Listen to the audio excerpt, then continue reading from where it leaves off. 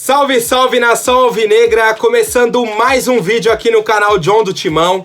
Então se você for novo, já se inscreve aí embaixo, deixa o like para fortalecer, que hoje é segunda-feira, iniciando aí o mês de novembro, tem jogo do Corinthians, John do Timão, lá na Neoquímica Arena. Rapaziada, muita coisa boa, então já se inscreve pra gente bater a meta de 50 mil inscritos, certo? Já se inscreve, não fica lá, inscreve. Segue o John lá no Instagram, que amanhã, durante o jogo, você já vai estar acompanhando minha ida até o estádio, algumas novidades e tudo mais. Então, acompanhem lá, @John do Timão, também no Instagram. Demorou, rapaziada? Vamos rapidinho aí para as notícias, que hoje é dia importantíssimo para a equipe do Corinthians. Editor, pode rodar a vinheta. Salve o Corinthians! Como eu adiantei para vocês, o Corinthians encara a Chapecoense hoje, 9h30 da noite, tá? Jogo em casa, lá na Neoquímica Arena, 29ª rodada do Brasileirão e pela primeira vez em muito tempo, 100% da capacidade da Neoquímica Arena à disposição da torcida do Corinthians, certo? Ontem a gente já tinha vendido 34 mil ingressos e, cara, tava um sufoco para comprar ingresso e eu finalmente consegui comprar o meu. John do Timão estará lá na Neoquímica Arena hoje, rapaziada. Hoje estarei lá para assistir mais um jogo do Coringão, certo? O Silvinho deu treino ontem, tá? Atividade tática, depois um treino de bolas paradas, ofensivas e defensivas, tá? Então o Mr. Silvio está trabalhando. Vou deixar passar, viu? Enfim, falando aí um pouco mais sobre a escalação do Corinthians e tudo, vou trazer aqui os relacionados para a partida de hoje. Tenho duas novidades, tá? O Reginaldo, lateral esquerdo da nossa equipe sub-20, foi relacionado porque o Lucas Piton sentiu um desconforto, tá? Um desconforto aí no músculo posterior da coxa esquerda. E aí o Corinthians, para não forçar o jogador e tudo mais, falou: ó, Lucas Piton, pode descansar, faz a recuperação aí, a gente relaciona o Reginaldo. Por um lado, eu fico feliz por essa oportunidade do Reginaldo de estar nesse ambiente. Por outro lado, duas notícias tristes. O Piton, que é um jogador da nossa equipe, tá machucado. Qualquer notícia de jogador machucado para mim é triste. E o Fábio Santos titular mais uma vez e sem chance alguma dele sair durante a partida, tá? Pelo que eu vejo aí do Silvinho, zero chance dele tirar o Fábio Santos, por exemplo, e colocar o Reginaldo se o Corinthians estiver vencendo o jogo. Zero chance. Se ele não coloca nem o Piton, quem dirá o Reginaldo do Sub-20. A segunda novidade que eu trago para vocês é o zagueiro Léo Santos, certo? Depois de um bom tempo aí também sendo relacionado, o João Vitor volta para a equipe titular e no banco teremos Raul Gustavo e Léo Santos como opção aí para o nosso técnico Silvinho. Agora eu quero falar sobre os goleiros do Corinthians. O Cássio está suspenso, todo mundo já sabe. Titular hoje, Matheus Donelli, ponto. E os relacionados são Matheus Donelli, Kaique França e Guilherme Castellani. Aí eu faço uma pergunta bem simples, bem simples. Cadê o Carlos Miguel? Por que você relaciona o cara para um jogo contra o Internacional fora, aí na sequência você já tira o cara dos relacionados? Por qual motivo o Kaique França ainda é relacionado, se não vai renovar com ele? Por qual motivo? Alguém me explica. Eu não consigo entender, cara. Sinceramente, eu não consigo entender.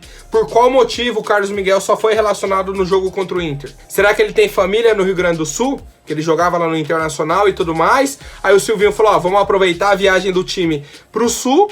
Você já vai lá, pega seu dia de folga, vê a família e depois retorna. Será que foi isso? Aproveitou a viagem pra... Aí no jogo contra a Chapecoense, em casa, o cara não pode ser relacionado. O que acontece? Alguém me explica, rapaziada. Onde está o senhor Carlos Miguel, por favor?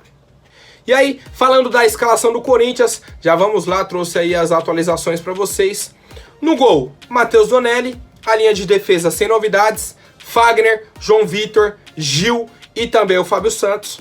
E aí já entra a primeira dúvida. Quem será o primeiro volante? O meu voto é no Duqueiroz. Se eu fosse o técnico, seria o Duqueiroz, tá? A briga tá entre Duqueiroz e o Cantillo. Provavelmente será o Duqueiroz, tá? É o que eu acho. Aí vem o meio campo, Juliano, Renato Augusto. Na frente, Gabriel Pereira, Roger Guedes. E aí a segunda dúvida. Vem o Mosquito? Vem o Vitinho mais uma vez? Ou vem o Adson? Outra informação importante. O Corinthians pode entrar da seguinte maneira. No meio campo com Juliano e Gabriel Pereira, tá? Fazendo ali os dois meias armadores. Na frente, Roger Guedes. O outro ponta, Mosquito ou Adson. E na frente, o Renato Augusto como falso 9. Foi uma opção treinada também pelo Silvinho. E, cara, eu ficaria feliz de ver, viu? Eu queria testar essa formação. Eu entraria com Renato Augusto, Roger Guedes e Adson no ataque. E no meio campo, Juliano e Gabriel Pereira. Eu gostaria de ver. E vocês, rapaziada? Como está a expectativa para a partida de hoje? Gostaram da escalação? E já sabem, né? Deixem o palpite aí, por favor. Ó, tudo separado aqui, ó. Minha máscara, cartão do fiel torcedor, tudo aqui, rapaziada. Hoje estarei lá na Neoquímica Arena e encontro vocês. Aí mais uma atualização, rapaziada, sobre o Campeonato Brasileiro, certo? O Corinthians tem a rodada perfeita. Primeiro porque enfrenta o lanterna do campeonato, tá? Em casa, 100% da capacidade do seu estádio. E mais, os adversários diretos do Corinthians. Fortaleza, perdeu do América. Internacional, perdeu do São Paulo. Fluminense, perdeu do Ceará. E o Atlético Goianiense, perdeu do Sport. É a rodada perfeita, rapaziada. É a rodada perfeita pro Corinthians chegar e empatar com a Chapecoense. Certo? Não tá distante não, viu? A gente já viu diversas vezes. Pô, essa rodada é só a gente vencer e tal, Corinthians. Empata, perde. Não, que perdeu pro Sport, pelo amor de Deus. Mas eu estou confiante, hein, rapaziada? Por incrível que pareça. Quero saber o palpite de vocês. Bom, agora eu vou trazer uma outra novidade aí, rapaziada. Um chororô de um ex-jogador do Palmeiras. Só que depois eu vou contextualizar pra vocês. Se trata aí do zagueiro Antônio Carlos, tá? Que jogava no Palmeiras aí na época de 2018, quando teve aquela final do Paulistão, Corinthians e Palmeiras. Corinthians perde o primeiro jogo por 1-0. Em casa, segundo jogo lá na casa do Palmeiras, a gente abre o placar bem no começo, 3 minutos, gol do Rodriguinho. Fica aquele jogo truncado e tal. Tem o lance do pênalti pro Palmeiras, tá? Que o juiz tinha marcado e aí depois ele volta atrás. E o Antônio Carlos, que na época era zagueiro aí do Palmeiras, comentou o seguinte: difícil falar porque eu nunca vi aquilo acontecer. Uma interferência externa dessa no futebol. Foi uma cagada o que fizeram. E o Palmeiras tentou de todas as maneiras provar com vídeos, porque sim, tinham vídeos, todo mundo viu vídeos, fotos, tinha áudio, garfaram a gente. Aquilo ali era nosso, não tinha como tirar da nossa mão, foi muita palhaçada. Isso me corrói ainda. Era contra um rival, doeu bastante, a gente foi roubado. A palavra certa é roubado. Uma grande falta de vergonha na cara naquele momento. Ele tá reclamando de um pênalti, tá? Que nem foi pênalti. Porque o Ralf dá o bote na bola. Então, assim, eles estão reclamando que foram roubados, pedindo um pênalti de um lance que não foi pênalti.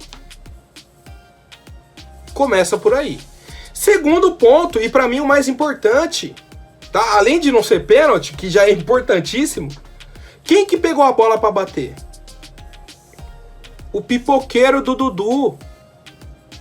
O pipoqueiro do Dudu. Aí, o jogo foi para as penalidades máximas, Dudu veio para bater, perdeu. Perdeu, não muda nada. Ele ia ver o Cássio, ia tremer, ia perder o pênalti, não ia mudar nada, Antônio Carlos. Nada, nada, nada. E o que me entristece, rapaziada, é saber que o senhor Antônio Carlos foi revelado aqui no próprio Corinthians, tá? Eu assisti a final da Copa São Paulo que ele foi titular. Antônio Carlos e Marquinhos era a zaga do Corinthians. O Corinthians venceu o Fluminense por 2-1, tá? Saiu perdendo e o Antônio Carlos fez os 2 gols do Corinthians. Os 2 de cabeça depois de batida de escanteio. Virada do Corinthians em cima do Flu, final da Copinha de 2012.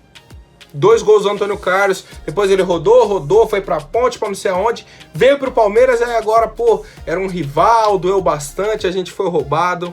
Quero saber a opinião de vocês, ainda dói neles, cara. Esse Paulistão de 2018 ainda dói no torcedor do Palmeiras. Bom, agora falando sobre mercado da bola, o Corinthians fechou um acordo, tá? Por conta aí do Guilherme Arana, mas é uma situação antiguíssima, tá? Por quê? O Corinthians vendeu o Arana pro Sevilha em 2017, tá? Depois do Campeonato Brasileiro e tudo mais. Beleza. E aí na época tinha um acordo com o empresário Nilson Moura, tá? De pagar essa comissão pra ele da venda do atleta.